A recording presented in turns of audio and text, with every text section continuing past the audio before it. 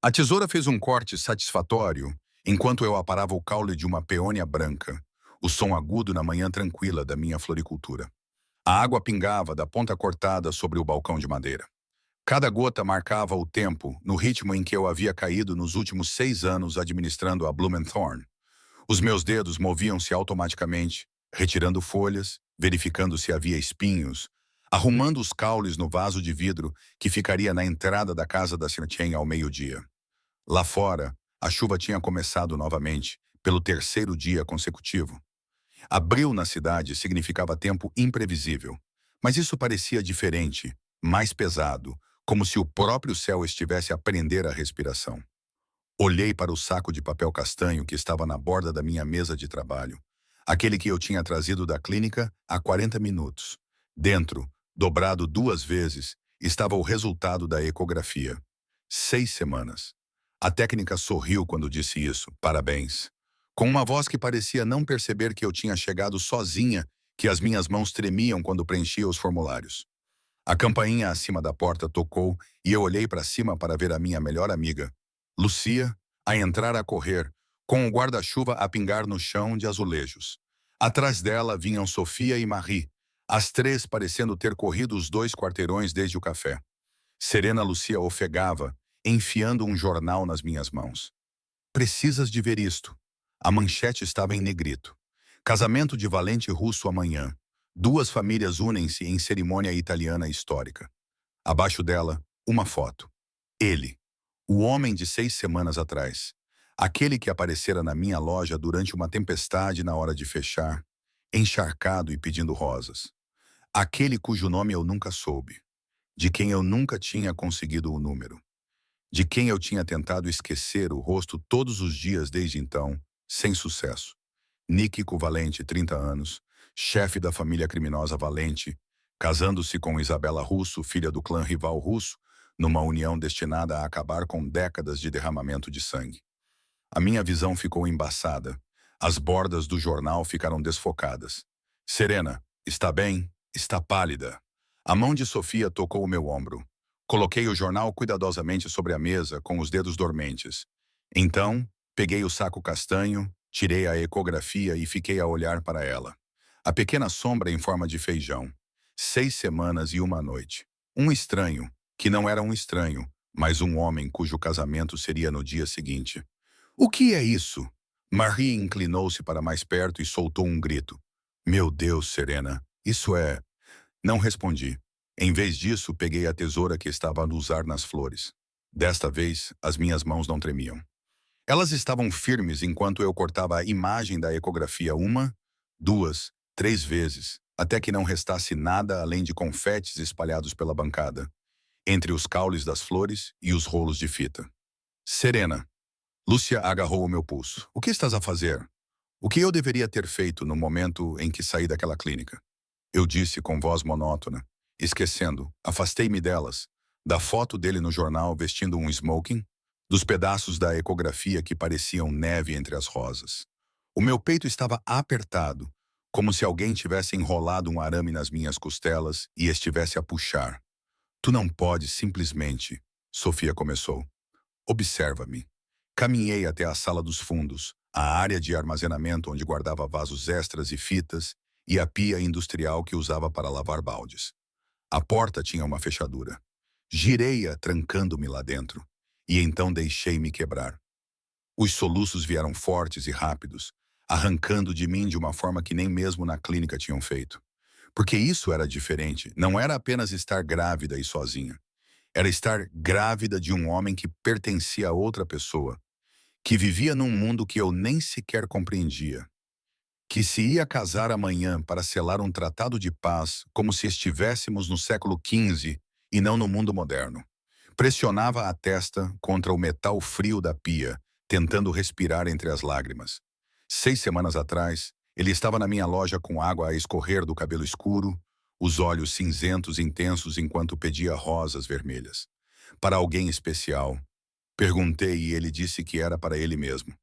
Esta noite, apenas esta noite, conversamos enquanto eu fazia o arranjo sobre flores e chuva e a aparência da cidade quando estava limpa.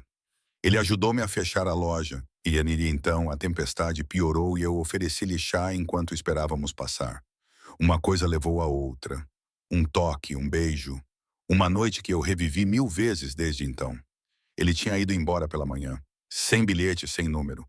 Apenas a memória das suas mãos, da sua voz e da forma como me olhou como se eu fosse a única coisa no mundo que importava. Aparentemente não era. Uma batida à porta. Serena, por favor, deixa-nos entrar. Limpei o rosto com as costas da mão, respirei fundo e abri a porta. Os olhos da Lúcia também estavam vermelhos. Lamento imenso. Não peça. Estou bem. É óbvio que não está bem. Vou ficar.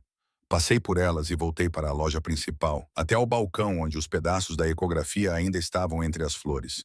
Recolhi-os todos e deitei-os no caixote do lixo debaixo da caixa registradora. Tenho encomendas para fazer. A senhora Chen precisa do arranjo até ao meio-dia. Marie trocou um olhar com Sofia. Talvez devesse fechar a loja hoje. Tire um tempo. Eu disse, estou bem. A campainha tocou novamente. Desta vez não eram os meus amigos a chegar. Era ele. Nikiko Valente entrou na minha floricultura, exatamente igual à foto do jornal. Fato preto feito à medida, camisa branca. A mesma intensidade nos olhos cinzentos que me fez esquecer todo o pensamento racional 6 semanas atrás. Atrás dele estavam 2 homens com fatos semelhantes, claramente seguranças. Eles permaneceram junto à porta enquanto ele se aproximava do balcão. As minhas amigas ficaram em silêncio. Todos na cidade sabiam o que o nome Valente significava, o que ele era. Estou aqui para buscar o buquê de noiva, disse ele, com a voz exatamente como eu me lembrava. Profunda e suave, com um leve traço de sotaque italiano que se tornava mais pronunciado em certas palavras. Encomenda, Valente. Olhei para ele. Ele olhou de volta e viu o reconhecimento surgir nos seus olhos no mesmo momento em que o meu coração se partiu novamente. Serena. O meu nome nos seus lábios como se ele tivesse pensado nisso, como se lembrasse. O seu buquê não está pronto. Menti. Mesmo que estivesse na geladeira, com rosas brancas e flores de laranjeira, as flores tradicionais dos casamentos italianos. Volte amanhã. Era para estar pronto hoje. O casamento é amanhã. Então acho que a sua noiva terá de levar cravos da mercearia. A amargura na minha voz era forte o suficiente para cortar. A porta é ali. Tenho trabalho a fazer. O seu maxilar apertou-se. Atrás de mim, ouvi Sofia inspirar profundamente. As pessoas não falavam assim com Nikiko Valente. As pessoas não o dispensavam. Mas eu não era uma pessoa. Eu era a mulher que carregava o seu filho enquanto ele se preparava para casar com outra pessoa. O seu olhar baixou para o balcão, para a fita, os caules e os poucos pedaços de papel que eu tinha deixado passar ao limpar. Observei a sua mão estender-se, observei-o pegar num dos pedaços. Era pequeno, apenas um canto, mas tinha parte da data e parte do meu nome impressos na parte superior. Ele ficou muito quieto. Então, ele pegou outro pedaço e outro. Os seus dedos se moviam rapidamente, recolhendo todos os pedaços, encaixando-os como um quebra-cabeça no balcão de vidro. Não, eu disse, estendendo a mão para impedi-lo. Não faça isso. Mas era tarde demais. Ele tinha juntado pedaços suficientes para ver o que era. Uma imagem de ultrassom. 6 semanas de gestação. Nome da paciente, Serena Blackwell. O silêncio na loja era sufocante. Lúcia agarrou o braço de Sofia. Marie empalideceu. Os 2 seguranças à porta ficaram paralisados, claramente sem saber o que fazer. Os olhos de Nico levantaram-se para os meus. 6 semanas, eu disse. O teu buquê não está pronto. Vai-te embora. 6 semanas, repetiu ele com a voz cada vez mais baixa. É exatamente isso. Eu sei quando foi. As minhas mãos tremiam agora, mas mantive-as apoiadas no balcão. E sei que você vai casar-se amanhã. Então, seja o que for que você pense que isso significa, não significa nada. Está resolvido. Não é da sua conta. A porta é por ali. Ele olhou novamente para as peças montadas, para o meu nome, para a data, para a pequena sombra que lhe teria mostrado tudo se eu não a tivesse destruído. Tu rasgaste-a, muito observador. Por quê? A pergunta ela abriu algo no meu peito. Porque tu vais casar com outra pessoa amanhã. Porque passaste uma noite comigo e desapareceste. Porque isto, apontei para a minha barriga ainda lisa, para os pedaços da ecografia, para o espaço entre nós. Não se encaixa nos teus planos. Os planos mudam. Não os teus, não amanhã. Não para uma aliança familiar e um tratado de paz e tudo o mais que esse casamento significa. Obriguei-me a respirar. Não vou arruinar isso. Não vou ser o escândalo. Vou lidar com isto sozinha. A mão dele disparou, agarrando o meu pulso.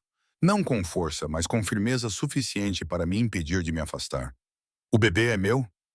Todas as pessoas naquela loja prenderam a respiração. Olhei-o diretamente nos olhos e disse: "O meu útero não é da tua conta. Solta-me", responde a pergunta. "Não te devo nada. Vieste buscar um buquê. Está no frigorífico. Pega nele e sai da minha loja." Algo mudou na sua expressão. Não era raiva, era algo mais frio, mais calculado. Ele soltou o meu pulso e caminhou em direção à porta, com o seu segurança a afastar-se. Pensei que ele estava a sair. Pensei que tinha vencido esta batalha. Mas ele parou na porta, virou-se e disse 3 palavras que mudariam tudo. Cancele o casamento. Então ele pegou o telemóvel, fez uma chamada e ouviu dizer em italiano: "Pai, precisamos de conversar agora." Ele saiu. A porta tocou, a chuva continuava a cair e eu fiquei ali entre as minhas flores, segurando o pulso onde os dedos dele tinham estado, sabendo que tinha acabado de começar uma guerra que não sabia como lutar. "Serena", sussurrou Lucia. "O que diabos acabou de acontecer?" Eu não respondi porque não sabia. Eu só sabia que as peças do ultrassom ainda estavam na minha bancada, remontadas, e que em algum lugar da cidade, Nico Valente estava a tomar decisões que destruiriam qualquer fragilidade que o seu casamento amanhã deveria criar.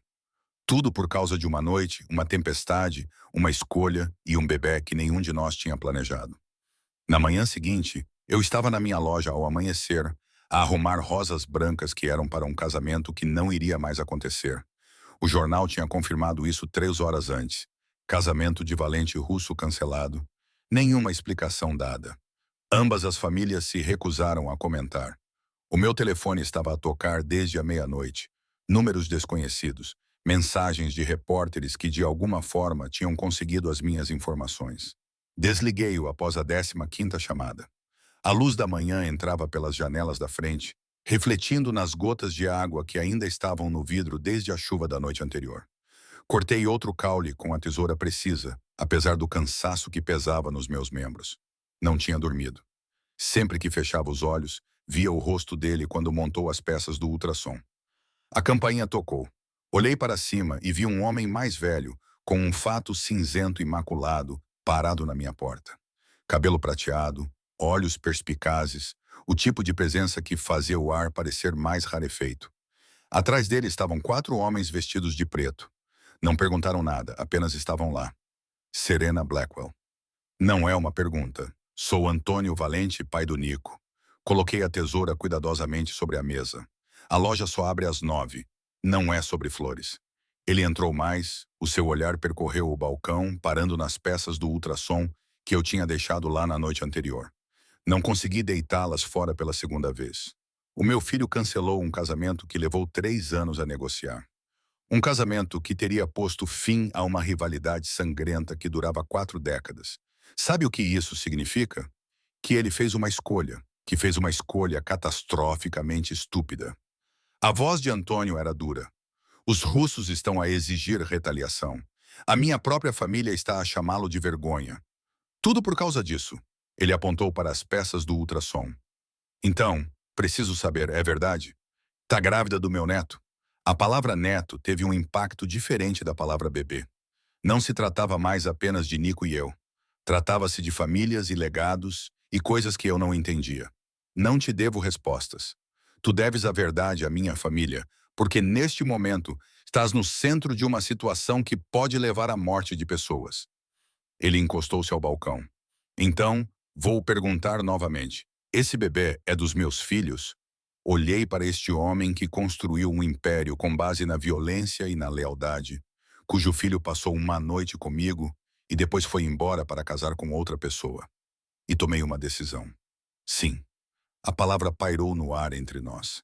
Antônio acenou com a cabeça lentamente, como se estivesse à espera disso, mas precisasse de confirmação. De quanto tempo? 6 semanas. E não lhe ias dizer que ele ia casar. O que era suposto eu fazer? Aparecer na igreja com uma ecografia e arruinar o grande dia dele? A amargura transpareceu. Eu estava a lidar com isso sozinha, destruindo as provas e jogando-as fora, protegendo todos os envolvidos. Algo que poderia ser respeito brilhou nos seus olhos. Você tem mais bom senso do que o meu filho. Infelizmente, ele já estragou tudo, então proteção não é mais uma opção. Ele pegou o telemóvel e fez uma ligação. Nico, vá à floricultura agora. Não quero que o que você quer deixe de importar quando você o deixar entrar na sua cama. A voz de Antônio era direta. Tu estás grávida de um valente. Isso significa que agora fazes parte da família. Quer queiras, quer não. 10 minutos depois, Nico entrou. Parecia que também não tinha dormido. O mesmo fato de ontem, mas agora amarrotado. O cabelo despenteado, como se tivesse passado as mãos por ele. Aqueles olhos cinzentos encontraram os meus imediatamente. Tu cancelaste o casamento. Eu disse que sim. Tu começaste uma guerra. Eu fiz isso por causa de um bebê que tu nem sabias que existia até ontem. Ele aproximou-se e eu vi algo na sua expressão que nunca tinha visto antes. Não era o charme suave daquela primeira noite. Não era o cálculo frio de ontem. Era algo cru. Por tua causa. Não. Eu recuei. Não transformes isto numa questão pessoal. Isto é uma questão de responsabilidade e timing. E é sobre o facto de eu não conseguir parar de pensar em ti desde aquela noite. A voz dele era baixa, intensa. É sobre o facto de que eu deveria casar com a Isabela amanhã. E tudo o que eu conseguia pensar era como isso parecia errado, como eu estava a escolher o dever em vez do amor. Ele parou. E então eu entrei na tua loja ontem e te vi novamente. E então eu vi aquelas peças e tudo ficou claro. Claro, eu ri, com um som amargo. A tua família está em guerra. Os russos querem sangue. E achas que isso está claro? Mais claro do que nunca em 3 anos. Antônio fez um som de repulsa. Enquanto vocês dois decidem os vossos sentimentos, eu preciso lidar com as consequências. Serena, vais mudar-te.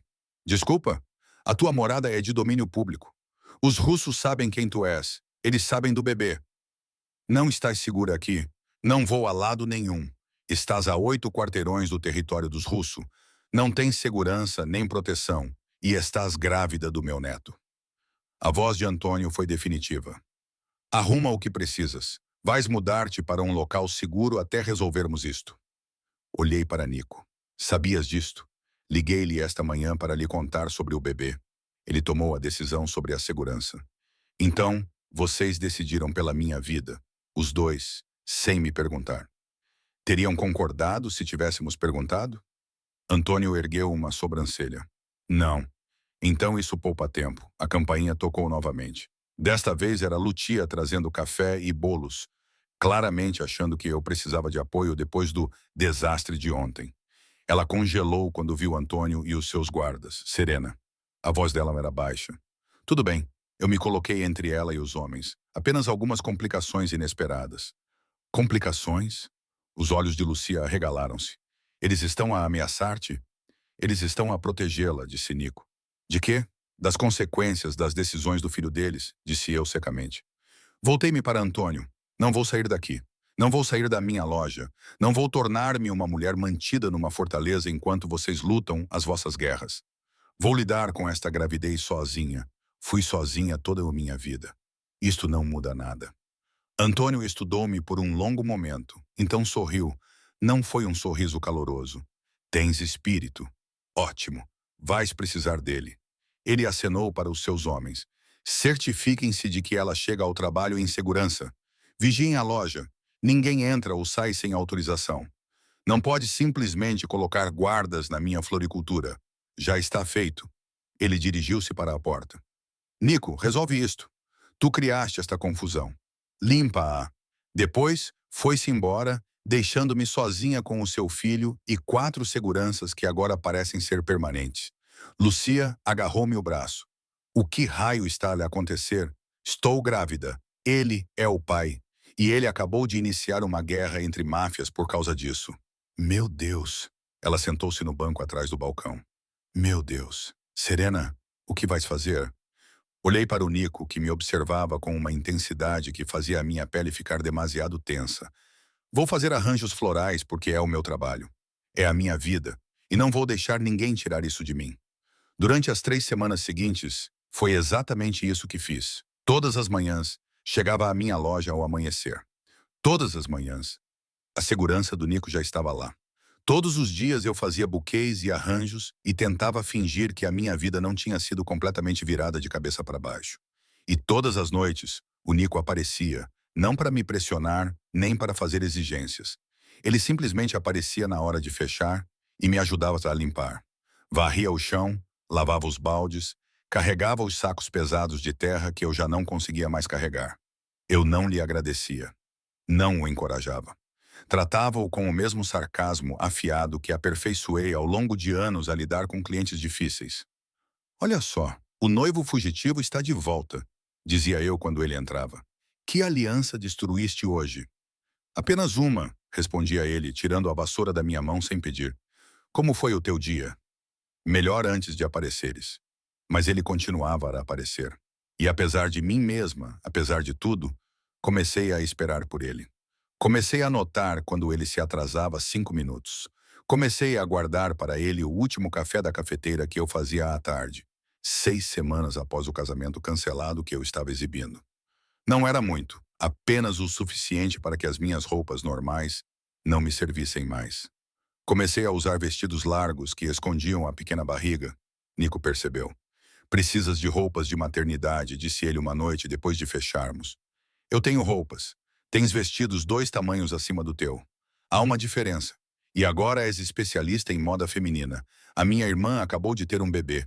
Eu sei como é a gravidez. Ele fez uma pausa. Deixa-me levar-te às compras.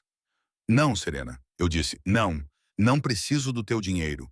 Não preciso da tua ajuda. Estou bem sozinha. Ele ficou em silêncio por um momento e depois disse, por que é que me odeias? A pergunta apanhou-me desprevenida. Não te odeio. Mal olhas para mim. Não me deixas ajudar em nada. Tu agiste como se eu fosse algum tipo de castigo que tu tens de suportar. A sua voz era cuidadosa, controlada. Se é por causa do casamento, não é por causa do casamento. As palavras saíram mais duras do que eu pretendia. É por causa do fato de teres passado uma noite comigo e depois teres desaparecido. Sem deixar nenhum bilhete, nenhum número, nada. E depois descobri que estava grávida. E no mesmo dia vejo o teu rosto no jornal porque vais casar com outra pessoa. Sabes como me senti? Ele aproximou-se. Eu procurei-te. O quê? Depois daquela noite voltei à loja várias vezes, mas nunca estiveste aqui e eu não sabia o teu apelido. Só sabia que te chamavas Serena e que eras dona de uma floricultura. Há 14 floriculturas nesta cidade. Olhei para ele. Tu procuraste-me durante semanas, e depois o meu pai arranjou o casamento com a Isabela, e pensei que ele tivesse desistido. Achei que talvez fosse melhor não te encontrar, que tu merecias alguém sem a minha vida, sem as minhas complicações. Então tu ias casar com ela. Eu ia cumprir o meu dever, proteger a minha família, fazer as pazes. Ele riu, mas não havia humor nisso. Então entrei na tua loja para pegar o buquê de casamento dela. Vi-te novamente e percebi que estava a enganar-me. Não havia dever algum, havia apenas tu. As palavras ficaram suspensas entre nós. Lá fora, a chuva tinha começado novamente, batendo nas janelas como naquela primeira noite. Ainda assim, podias ter me contado, disse baixinho. Ontem, quando viste o ultrassom, podias ter explicado, em vez de simplesmente tomar decisões. Terias ouvido? Não sei, mas mereço a oportunidade de escolher. Ele acenou com a cabeça lentamente. Tens razão. Desculpa. Eu esperava muitas coisas, justificativas, explicações, não um pedido de desculpas.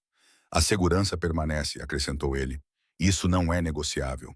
Os russos ainda estão à procura de vantagem e tu és essa vantagem. Mas tudo o resto, o quanto me vês quando estou aqui, em que te ajudo, isso é escolha tua. Era a primeira vez que alguém me dava uma escolha em semanas. Ok, eu disse finalmente. Ok, podes vir na hora de fechar, podes ajudar a limpar, mas não podes comprar coisas para mim e não podes tomar decisões por mim. E se eu te pedir para ir embora, tu vais. Essas são as minhas condições. Combinado. Ele estendeu a mão. Olhei para ela por um longo momento, então apertei-a. A palma da mão dele era quente contra a minha, calejada de uma forma que me surpreendeu. Não eram as mãos macias de alguém que nunca tinha trabalhado. Eram mãos que conheciam o trabalho, que conheciam a luta. Mais uma coisa, eu disse. O quê? Pare de me olhar assim. Como assim? Como se eu fosse algo precioso que você tem medo de quebrar. Eu não sou frágil, estou apenas grávida. Há uma diferença. Um sorriso surgiu nos seus lábios, o primeiro sorriso verdadeiro que eu via nele. Anotado. Naquela noite, depois de ele sair, fiquei na minha loja e percebi que algo tinha mudado. Não era perdão, ainda não, mas talvez o início de algo. 3 meses depois, eu estava grávida de 7 meses e os meus tornozelos tinham desaparecido. Eu estava no balcão a arranjar um ramo para um cliente quando o Nico entrou com uma caixa. O que é isso? Perguntei, olhando para ela com desconfiança. Uma cadeira. Eu tenho cadeiras. Tu tens um banco que é muito baixo para as tuas costas. Essa é uma cadeira ergonômica concebida para mulheres grávidas. Ele pousou a caixa. Antes que discutas, eu já sei todas as tuas objeções. Sim, estou a comprar-te uma coisa. Não, não podes impedir-me. Não se trata de controlo. Trata-se do facto de que ver-te ficar de pé durante 8 horas seguidas me dá vontade de cometer violência. Pisquei os olhos para ele. Esse é o pior argumento de venda que já ouvi. Está a funcionar? Apesar de mim mesma. Ri-me. Tudo bem, podes montar a cadeira, mas isso não significa nada, exceto que ficarás mais confortável. Eu sei. Ele começou a desembalar a cadeira. Além disso, a minha irmã quer conhecer-te. Por quê?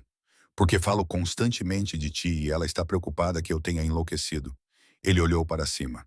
Ela é muito simpática. Sem pressão, só um café. Ela vai levar o bebê. Eu devia ter recusado. Devia ter mantido esses limites claros.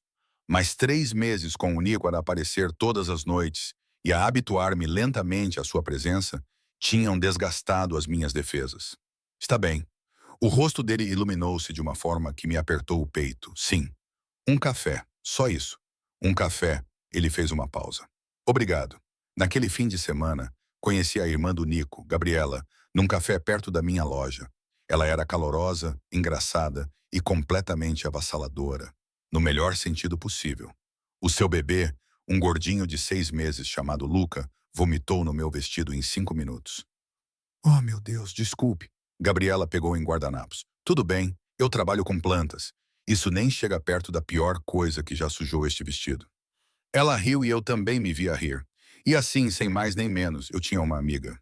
Nos 2 meses seguintes, a Gabriela tornou-se a minha pessoa. Aquela a quem ligava quando entrava em pânico com o parto.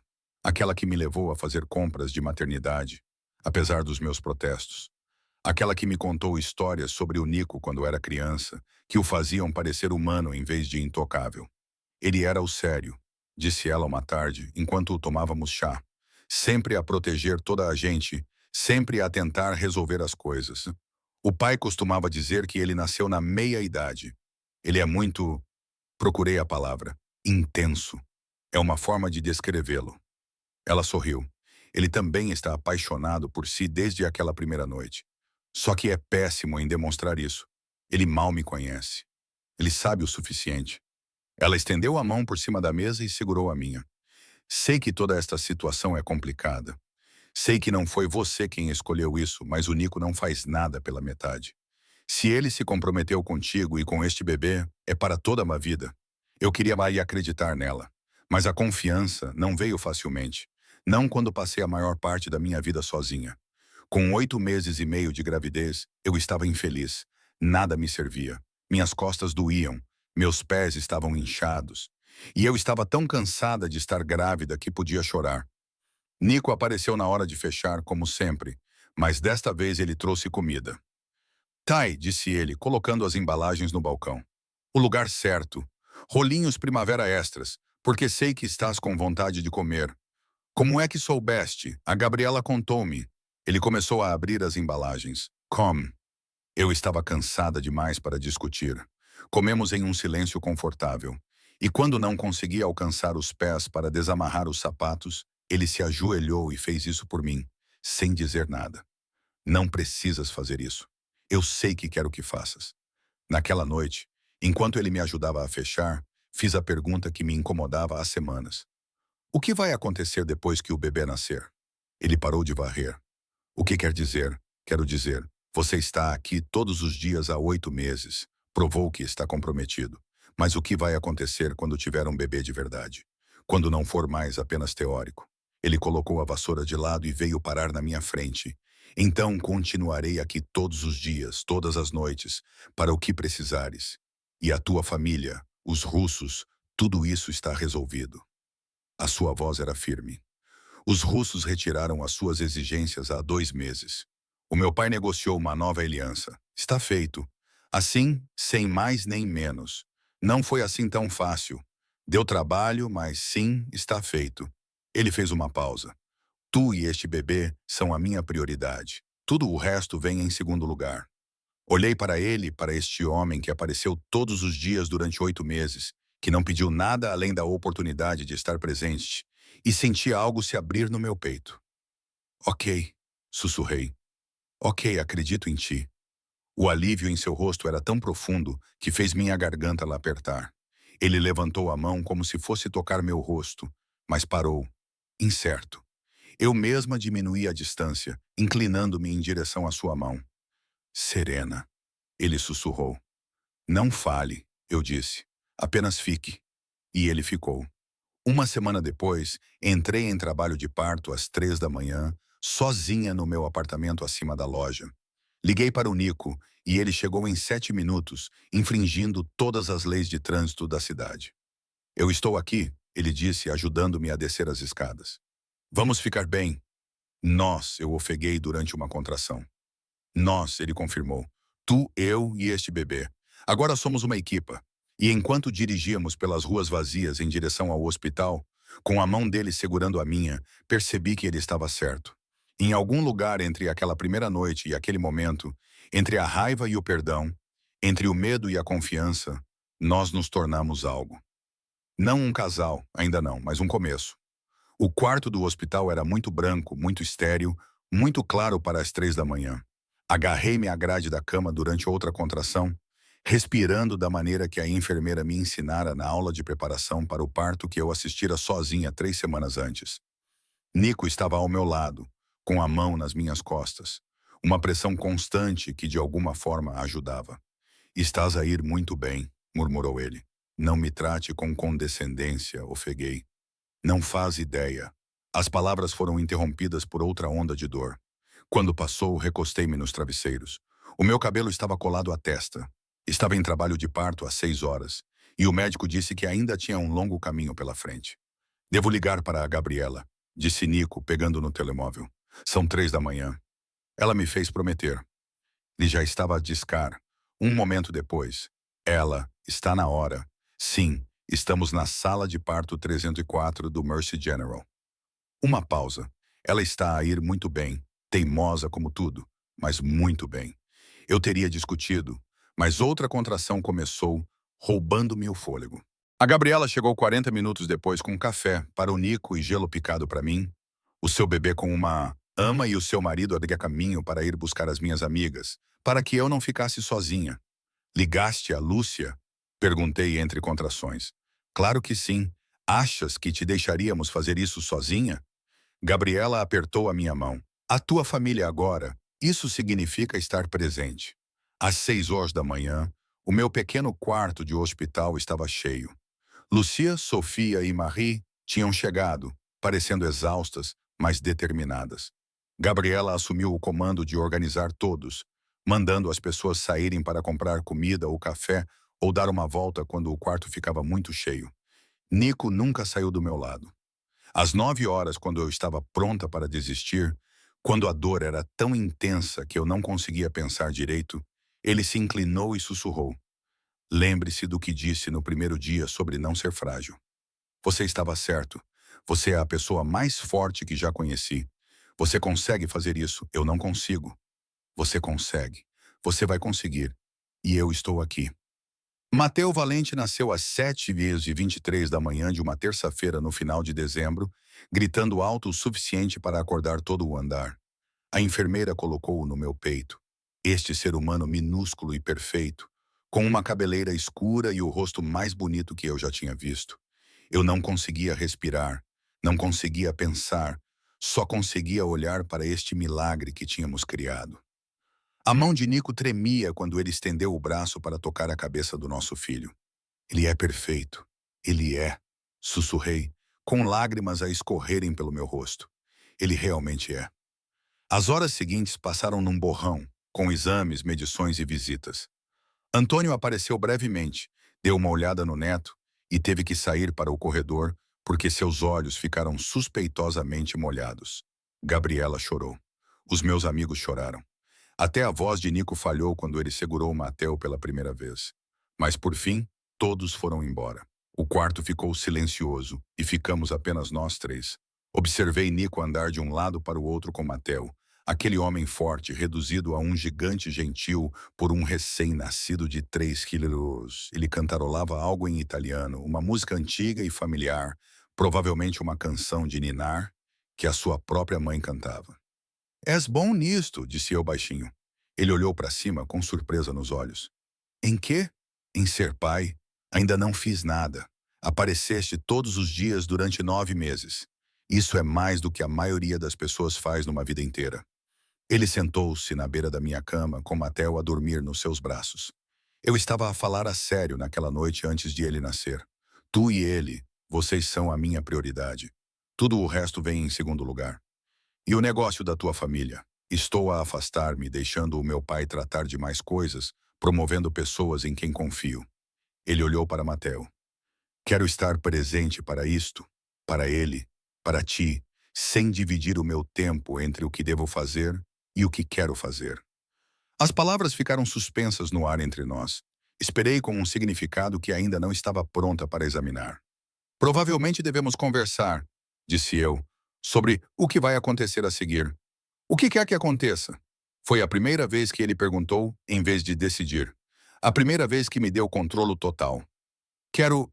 Parei de tentar encontrar as palavras. Quero ir devagar. Quero descobrir como ser pais antes de descobrirmos como ser qualquer outra coisa. Quero que o Mateo tenha um pai presente e envolvido, não uma figura distante que aparece nos aniversários e no Natal. Feito. Assim mesmo. Assim mesmo. Os seus olhos cinzentos estavam fixos nos meus. Qualquer que seja o tempo que precises, quaisquer que sejam os limites que te deixem confortável, eu não vou a lugar nenhum. As semanas seguintes provaram que ele falava a sério. Voltei para o meu apartamento acima da loja e o Nico alugou o apartamento ao lado. Ele aparecia para todas as mamadas às 2 da manhã, todas as trocas de fraldas, todos os acessos de choro. Ele aprendeu a enrolar o bebê em panos, a fazer-lhe arrotar e a acalmá-lo melhor do que eu. Tem um talento natural, observou Gabriela uma tarde, vendo-o a embalar Mateo enquanto eu finalmente conseguia comer com as 2 mãos. Estou apavorado, admitiu ele. A cada segundo, mas também olhou para o nosso filho adormecido. Também o mais feliz que já fui. Compreendi o que ele queria dizer. Este pequeno ser humano tinha tomado conta das nossas vidas completamente. A minha floricultura funcionava em horário reduzido. A empresa da família do Nico operava com ele tomando decisões da minha sala de estar, em vez de um escritório no centro da cidade. Todo o nosso mundo se contraiu para este pequeno espaço. Estas noites sem dormir, este novo ritmo que estávamos a descobrir juntos. 6 semanas após o parto. Eu estava na minha loja tentando fazer um arranjo simples quando a exaustão finalmente me atingiu. As minhas mãos tremiam. Os meus olhos ardiam. Não conseguia lembrar se tinha almoçado.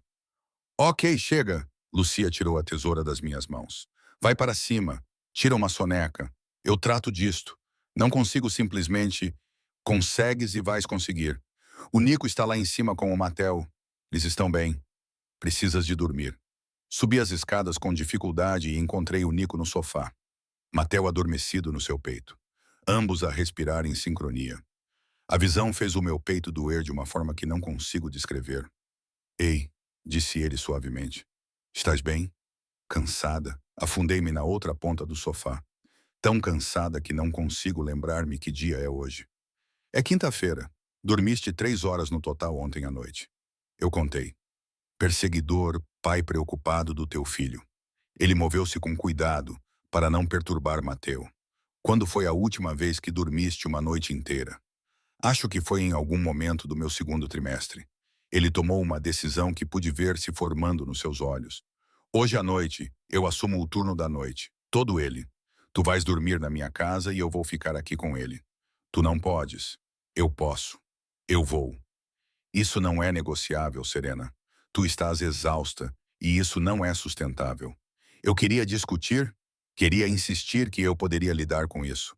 Mas a verdade era que eu não podia, não sozinha. E ele estava a oferecer algo que eu não tinha há 6 semanas. Descanso. Tudo bem, eu sussurrei. Naquela noite dormi 11 horas seguidas no apartamento do Nico, ao lado. Quando acordei, a luz do sol entrava por janelas desconhecidas e me senti humana pela primeira vez em semanas.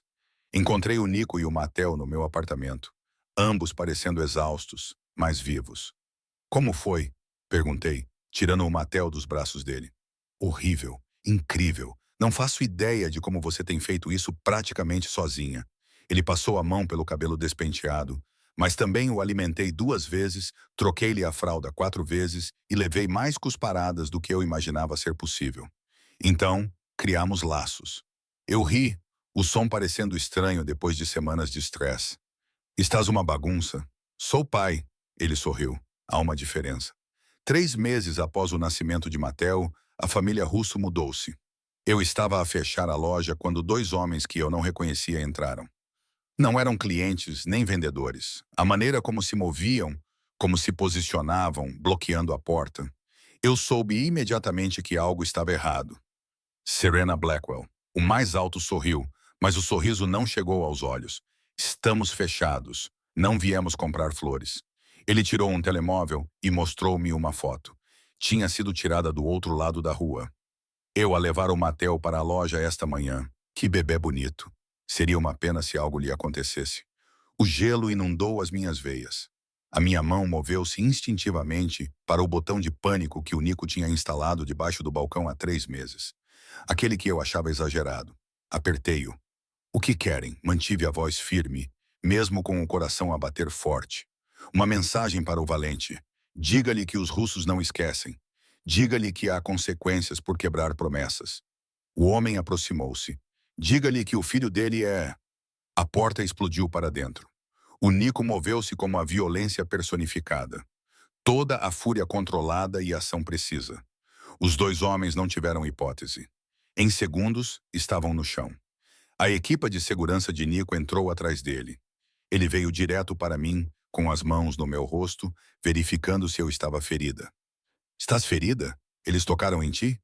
Não, estou bem, mas eles ameaçaram o Mateu. A minha voz falhou. A expressão dele ficou fria, mais fria do que eu já tinha visto.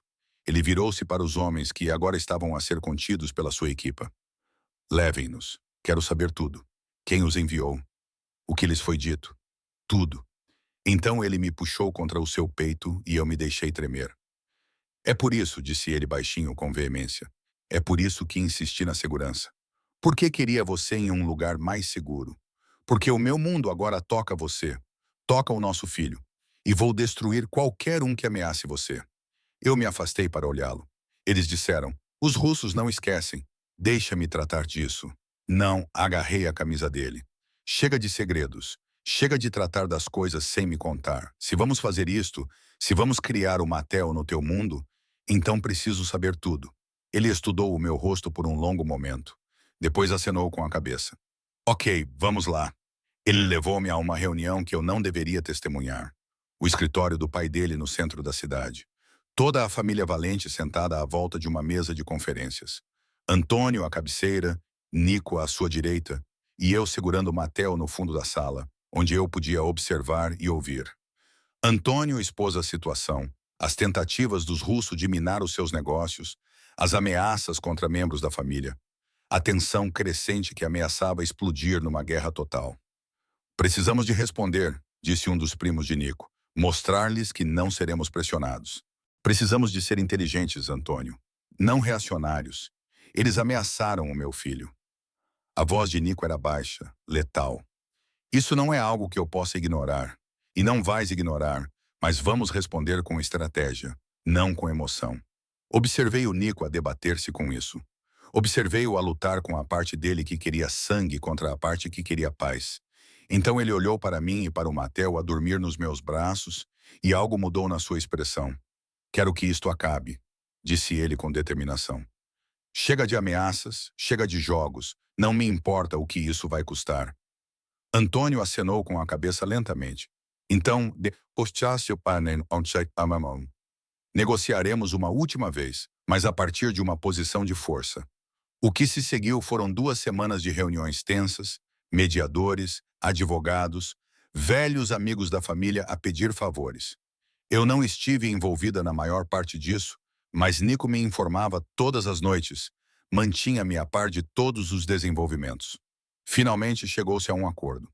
Concessões financeiras de ambos os lados, territórios partilhados em zonas neutras e, o mais importante, um acordo completo e total de que as famílias estavam fora dos limites. Sem mais ameaças, sem mais ataques a crianças ou cônjuges. Na noite em que os papéis foram assinados, Nico veio ao meu apartamento parecendo exausto, mas aliviado. Está feito, disse ele, desabando no meu sofá.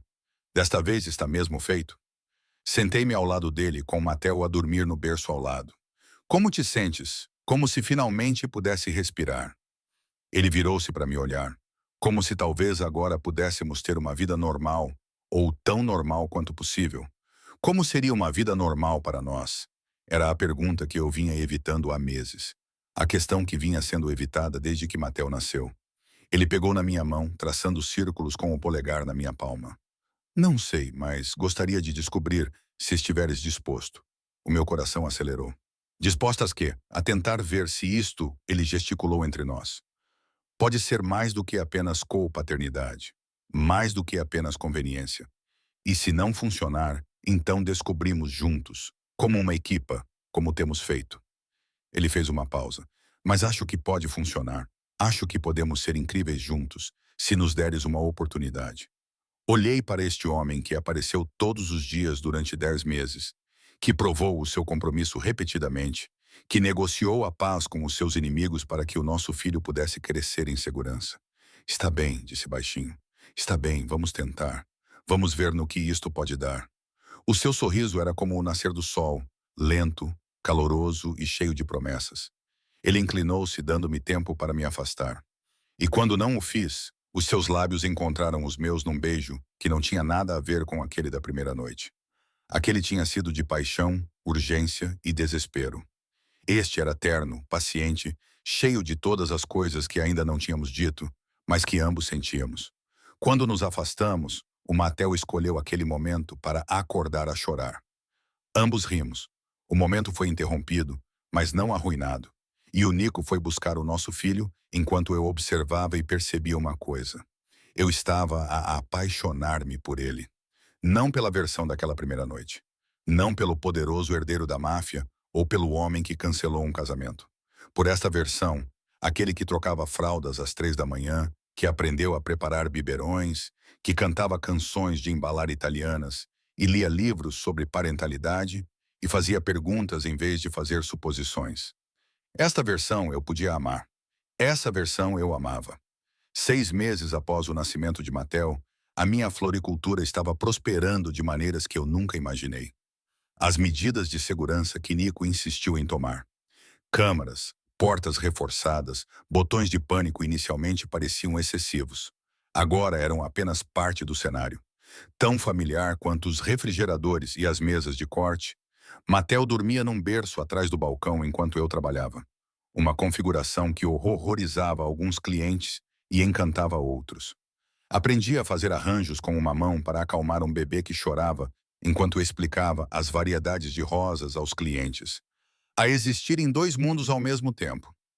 Ele está a ficar tão grande, observou a Sebastián durante a sua visita semanal, olhando para o Mateo com aquele tipo de energia de avó que me fazia doer o peito.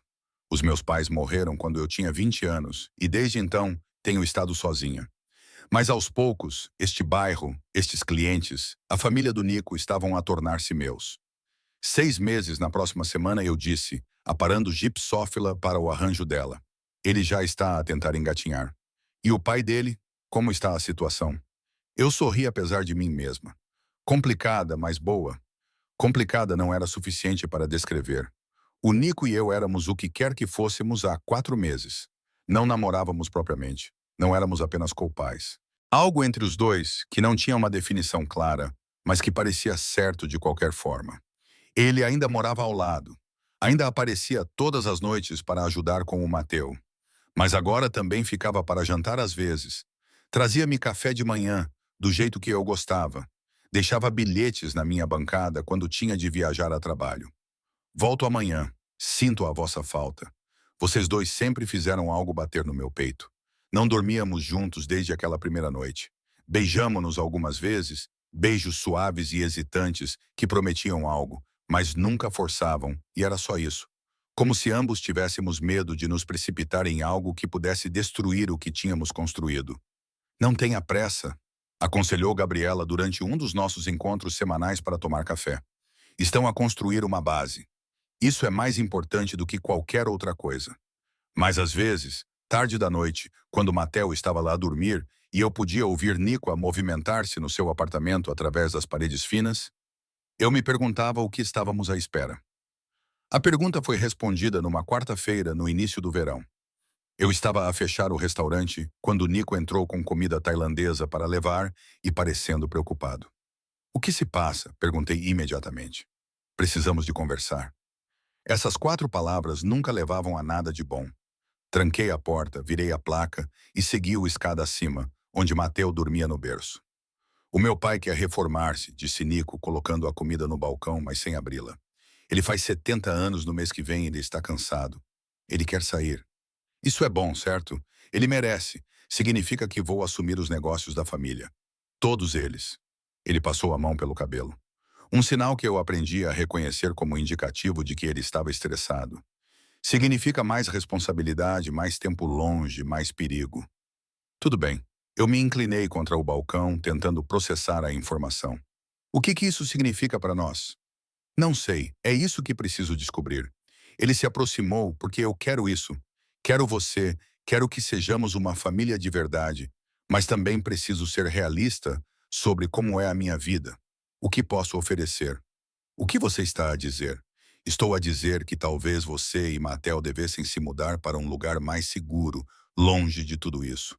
As palavras me atingiram como um golpe físico. Queres que a gente vá embora? Quero que vocês estejam seguros. Há uma diferença. Não. Balancei a cabeça. Não, não podes decidir isso. Não podes nos afastar porque achas que é melhor para nós. Serena, passei a vida inteira sozinho, Nico. Os meus pais morreram num acidente de carro quando eu tinha 20 anos. Não tive ninguém, nenhuma família, nenhum apoio. E então tu apareceste e a minha voz se partiu. E tu me fizeste acreditar que eu poderia ter mais, que Matel poderia ter mais. Tu não podes tirar isso agora porque as coisas estão a ficar complicadas. Estou a tentar proteger-te, e não preciso de proteção. Preciso de parceria. Preciso de alguém que converse comigo em vez de tomar decisões por mim. Aproximei-me, forçando-o a olhar para mim. Queres saber do que preciso? Preciso que fiques. Preciso que lutem por isto em vez de fugirem. Nunca fugi de nada na minha vida. Então não comeces agora. Ficamos ali, a poucos centímetros de distância, ambos a respirar com dificuldade. E então ele beijou-me, não de forma gentil, nem hesitante. Era toda a frustração, medo e desejo que se acumulavam há meses, libertados num único momento.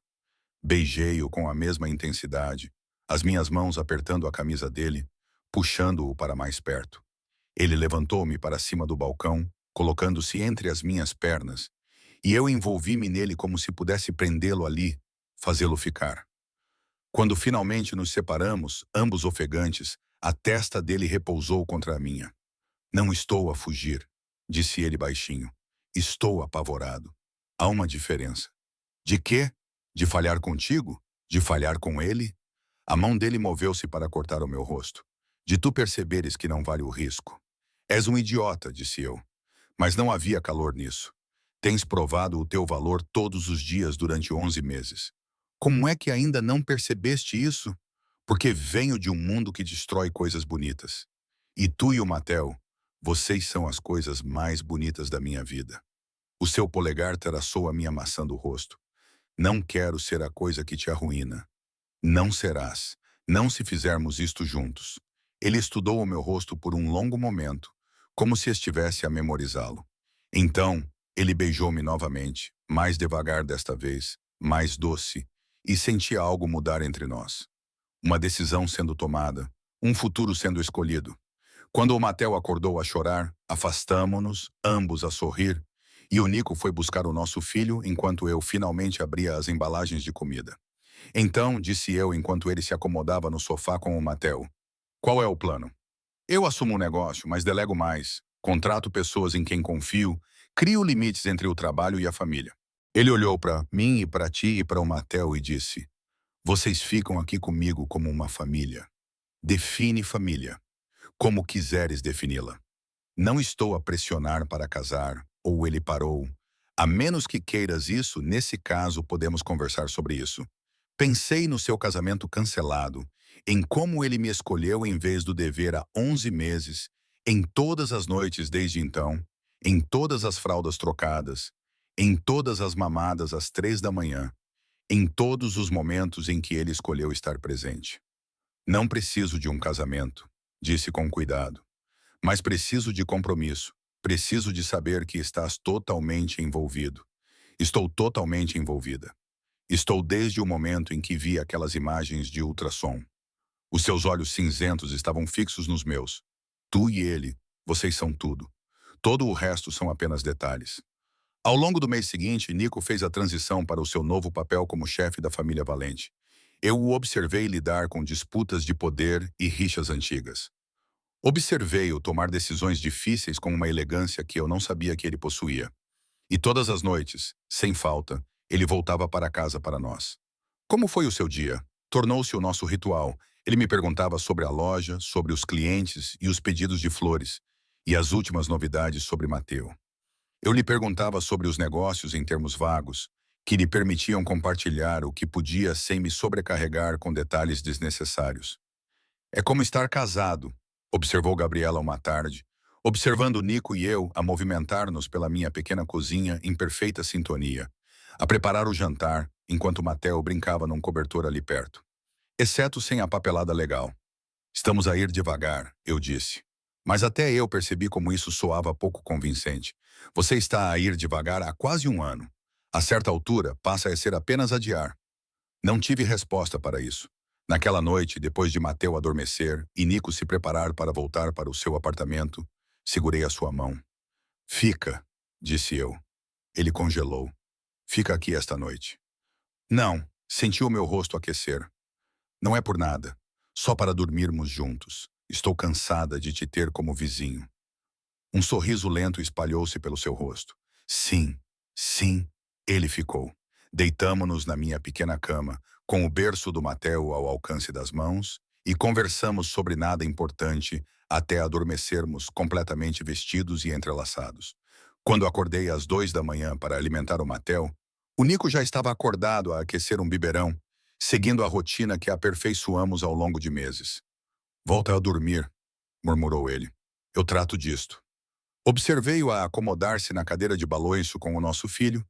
Observei a ternura no seu rosto enquanto alimentava o Mateu e senti o meu coração expandir-se de uma forma quase dolorosa. Era isto que eu queria. Não grandes gestos ou declarações dramáticas, apenas esta parceria tranquila, esta escolha mútua todos os dias. Quando o Mateu fez 1 ano, fizemos uma festa para ele na minha loja. A Gabriela decorou com balões e serpentinas. Os meus amigos prepararam a comida. O Antônio apareceu com um presente ridiculamente caro que o Mateu era demasiado novo para apreciar. Mas isso fez os olhos do velho ficarem suspeitosamente úmidos. O Nico e eu ficamos juntos a ver o nosso filho destruir o seu primeiro bolo de aniversário, espalhando glacê por todo o lado e rindo de pura alegria. Ele é perfeito, disse o Nico suavemente. É mesmo. Devíamos ter outro. Engasguei-me com o ponche. O quê? Ele sorriu, claramente a gostar da minha reação. Não agora, mas algum dia. Ele deveria ter irmãos. Estás a presumir muito, disse eu, mas estava a sorrir. Estou errado. Olhei para ele, esse homem que se tornara meu parceiro em todos os aspectos importantes, e percebi que não estava. Não, admiti. Não estás errada. A mão dele encontrou a minha, os dedos entrelaçando-se. Ótimo. Naquela noite, depois de todos terem ido embora e Mateu estar a dormir, exausto da festa, Nico tirou algo do bolso. Uma pequena caixa. Antes que entres em pânico, disse ele rapidamente. Não é o que estás a pensar. Ou talvez seja. Não sei. Sou péssima nisto. Olhei para a caixa, com o coração a bater forte. Sei que dissemos que iríamos levar as coisas com calma. Sei que concordamos em não nos apressar, mas serena. Ele abriu a caixa, revelando não um anel, mas uma chave. Vem morar comigo. Tu moras ao lado. Comprei uma casa, 3 quartos, um quintal, espaço para o Mateo brincar, espaço para... Ele parou, limpou a garganta. Espaço para mais, se decidirmos que é isso que queremos. Não estou a pedir-te em casamento. Ainda não. Mas estou a pedir-te para construíres uma vida comigo. Uma vida de verdade, não 2 apartamentos e limites cuidadosos. Algo mais. Peguei a chave da caixa, sentindo o seu peso na palma da minha mão. Quando compraste uma casa? Há 3 meses. Tenho estado a renová-la. A Gabriela tem ajudado. Ele parecia quase nervoso, uma expressão que raramente via nele. Se não gostares, encontraremos outra coisa. Mas eu pensei que tinha esperança. Beijei-o, interrompendo a sua divagação. Quando me afastei, estava a sorrir. Mostra-me. A casa era perfeita. Não era demasiado grande nem ostentosa. Apenas uma bela casa em estilo artesanal num bairro tranquilo, com boas escolas e um quintal onde o Mateo poderia aprender a andar. O quarto principal tem uma casa de banho privativa, dizia o Nico, levando-me por quartos onde eu já conseguia imaginar a nossa vida. E este quarto poderia ser do Mateo. O terceiro quarto poderia ser um berçário ou um escritório ou o que tu quiseres. Agarrei a mão dele, impedindo-o de continuar. É perfeita. Sim, sim. Aproximei-me. E não quero esperar. Esperar pelo quê? Respirei fundo, reunindo coragem. Por isto, por nós. Há mais de um ano que andamos a dar voltas ao assunto. Mas eu amo-te, Nico. Estou apaixonada por ti. Há meses que estou e não quero continuar a fingir que somos apenas copais ou amigos, ou o que quer que tenhamos chamado a isto. A sua expressão transformou-se, suavizando-se de uma forma que me fez doer o peito. Repete isso. Eu amo-te. Ele beijou-me como se tivesse esperado a vida inteira para ouvir essas palavras. Como se eu lhe tivesse dado algo precioso que ele nunca esperava ter. Quando finalmente paramos para respirar, ele disse: Também te amo, tanto que isso me assusta. Ótimo. Podemos ficar assustados juntos. Mudamo-nos para a casa 2 semanas depois. A Gabriela organizou tudo, comandando os carregadores enquanto o Mateo dormia na sua nova sala. E eu tentei não chorar com a rapidez com que a minha vida tinha mudado. Estás bem? Perguntou Nico, encontrando-me parada no meio da nossa nova sala, rodeada de caixas. Sim, só que agora isto é real. Isso é mal? Não, é perfeito. É tudo o que eu não sabia que queria. Naquela noite fizemos amor pela primeira vez desde aquela tempestade, há mais de um ano. Desta vez foi diferente, não foi desesperado nem urgente, foi lento e terno, e cheio de todas as coisas que aprendemos um sobre o outro nos meses que se passaram. Depois, deitados juntos na nossa cama, na nossa casa, com Mateo a dormir no fim do corredor, Nico disse: Casa comigo. Apoiei-me num cotovelo para olhar para ele. Não é assim que os pedidos de casamento funcionam. Eu sei, mas vou perguntar mesmo assim. Casa comigo, Serena. Torna isto oficial. Deixa-me passar o resto da minha vida a mostrar-te o quanto estou comprometido. Tens me mostrado isso há mais de um ano. Então deixa-me continuar a mostrar-te com um anel, uma cerimônia e a papelada que torna isso legal. Ele colocou uma mecha de cabelo atrás da minha orelha. Quero que sejas minha esposa. Quero que o Mateo cresça vendo como é uma parceria verdadeira. Quero ter mais filhos contigo. Quero tudo. Pensei naquela primeira noite, no ultrassom que rasguei. Em todas as noites em que ele apareceu na minha loja. Em todas as fraldas que ele trocou. Em todos os momentos em que ele nos escolheu. Sim, eu disse, sim, sim. Vou casar contigo com uma condição. Qualquer coisa. Vamos fazer do nosso jeito. Sem um casamento enorme. Sem um espetáculo familiar. Só nós e as pessoas que importam. Ele sorriu. Aquele sorriso lento e caloroso pelo qual me apaixonei. Feito. Casamos 3 meses depois, no quintal da nossa casa. Uma cerimônia pequena, com familiares e amigos próximos. O Matel a cambalear entre nós com um fato minúsculo, a levar os nossos anéis numa almofada de cetim com a ajuda da Gabriela. Quando chegou a hora dos votos, Nico tirou os pedaços da ecografia que eu tinha rasgado há mais de um ano. Tinham sido preservados em resina e colocados numa moldura dourada. Rasgaste isto pensando que eu escolheria outra pessoa, disse ele com a voz cheia de emoção. Mas naquela tarde, na tua loja, rodeado de flores, encontrei a única coisa que importava. Tu, ele, nós. Eu estava a chorar. Todos estavam a chorar. Theo Antônio teve que se virar. Eu escolho-te, continuou Nico. Eu escolhi-te naquela altura e escolho-te agora. E vou escolher-te todos os dias pelo resto das nossas vidas. Os meus votos foram simples. Tu apareceste todos os dias. Tu apareceste e ensinaste-me que o amor não é apenas um sentimento. É ação, é escolha, é parceria. Eu amo-te, Nico Valente, e prometo continuar a aparecer também. Quando nos beijamos, Mateo bateu palmas com as suas mãos gorduchas e todos riram entre lágrimas. A recepção foi simples. Comida, música e dança no nosso quintal, sob luzes de corda. A certa altura, dei por mim ao lado de Gabriela, a ver Nico dançar com Mateo. Ambos a rir. Fizeste bem, disse ela. Nós dois fizemos. Eu sorri. Todos nós fizemos. Ele está diferente agora. Mais suave, mais feliz. Ela apertou a minha mão. Obrigada por lhe dares isso. Por dares isso a todos nós. Naquela noite, depois de todos terem ido embora e Mateo finalmente ter adormecido, Nico e eu ficamos no nosso quarto, ainda com as nossas roupas de casamento.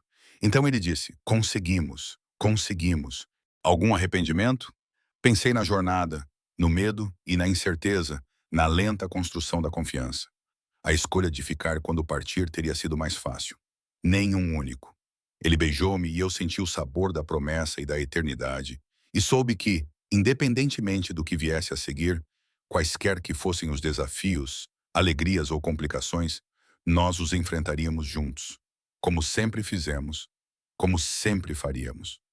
2 anos após o nosso casamento, eu estava na cozinha da nossa casa, com as mãos apoiadas na bancada, lutando contra a náusea que se tornara minha companheira constante no último mês.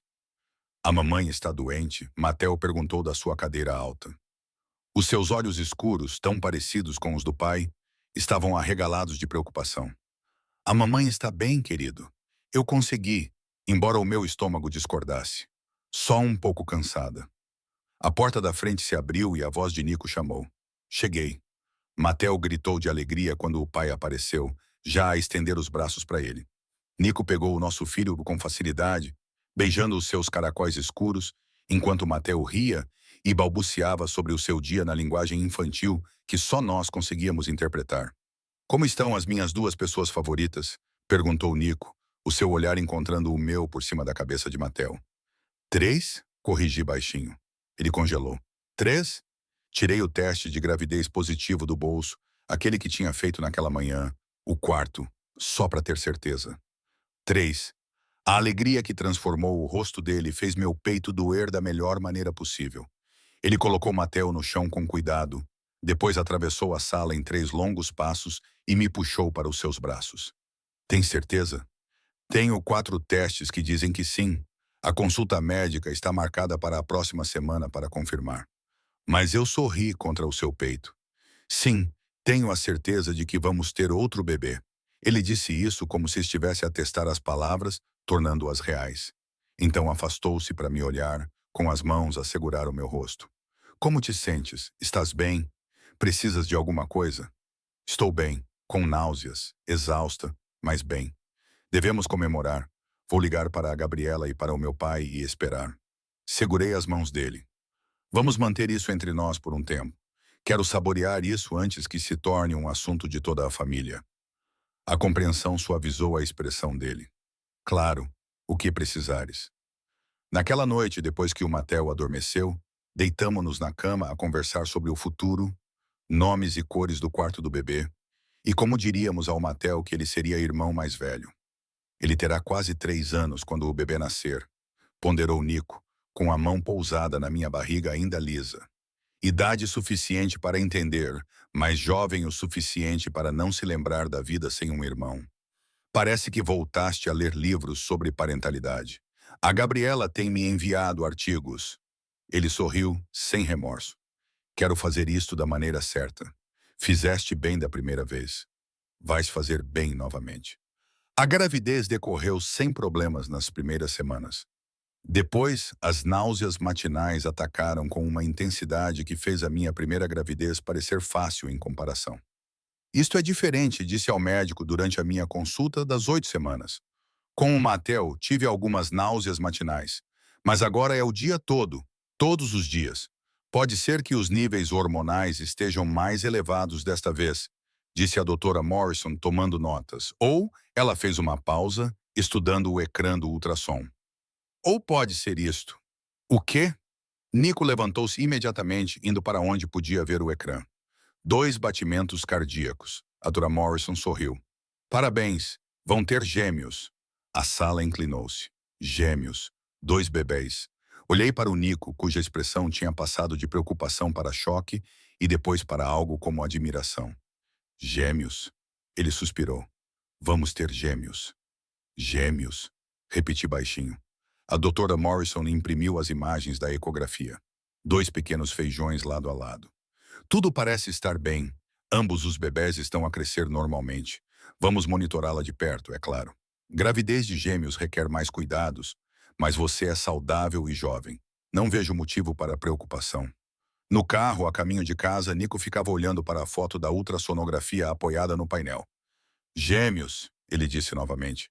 Você vai gastar essa palavra. Não consigo acreditar. Ele balançou a cabeça. Mais 2. Mattel vai ter 2 irmãos. Vamos precisar de uma casa maior. Ou poderíamos acrescentar um terceiro andar, mais quartos. Ele já estava a planear. Eu podia ver isso nos seus olhos. Talvez ampliar o quintal. Comprar um baloiço. Calma. Temos 7 meses para decidir. Mas não havia como frear Nico quando ele tinha um projeto. Quando cheguei ao 2º trimestre, ele já tinha contratado empreiteiros para acrescentar um terceiro andar à nossa casa. Gabriela estava no paraíso, a planear não 1, mas 2 quartos de bebê. Um compromisso depois de eu ter vetado a sua sugestão de um único quarto partilhado com berços iguais. Eles são indivíduos, insisti. Devem ter os seus próprios espaços. Mas são gêmeos. Tudo igual vai ficar tão giro. Ela, adoro-te, mas não. Mattel adaptou-se à notícia de irmãos iminentes com a adaptabilidade de uma criança pequena. Ele acariciava a minha barriga crescente e anunciava, os meus bebés, a quem quisesse ouvir, o que Nico achava infinitamente adorável. Os nossos bebés, corrigia eu gentilmente. Os meus bebés, insistia Mattel. E Nico ria enquanto eu revirava os olhos. Com 20 semanas, descobrimos que íamos ter meninas. Gêmeas, disse Nico, olhando para o ecrã do ultrassom, onde as nossas filhas eram claramente visíveis, já parecendo que estavam de mãos dadas. Do Serena, vamos ter 3 filhos. 2 deles meninas. Você está bem? Perguntei, porque ele empalideceu. Ele engoliu em seco. Vou precisar de aumentar a segurança e instalar um sistema de alarme melhor e talvez grades nas janelas.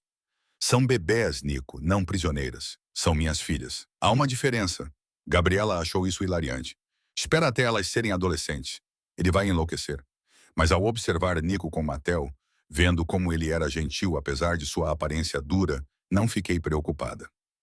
Ele seria tão apaixonado pelas nossas filhas quanto era pelos nossos filhos. O 3º trimestre foi difícil.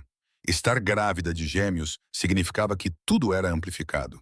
O cansaço, as dores nas costas, o desconforto geral de estar grávida. Com 30 semanas eu estava enorme, infeliz e pronta para que tudo acabasse. Desculpa, disse Nico uma noite, massageando os meus pés inchados enquanto eu estava deitada no sofá. Fui eu que fiz isto contigo. Fizemos isto juntos e eu faria tudo de novo.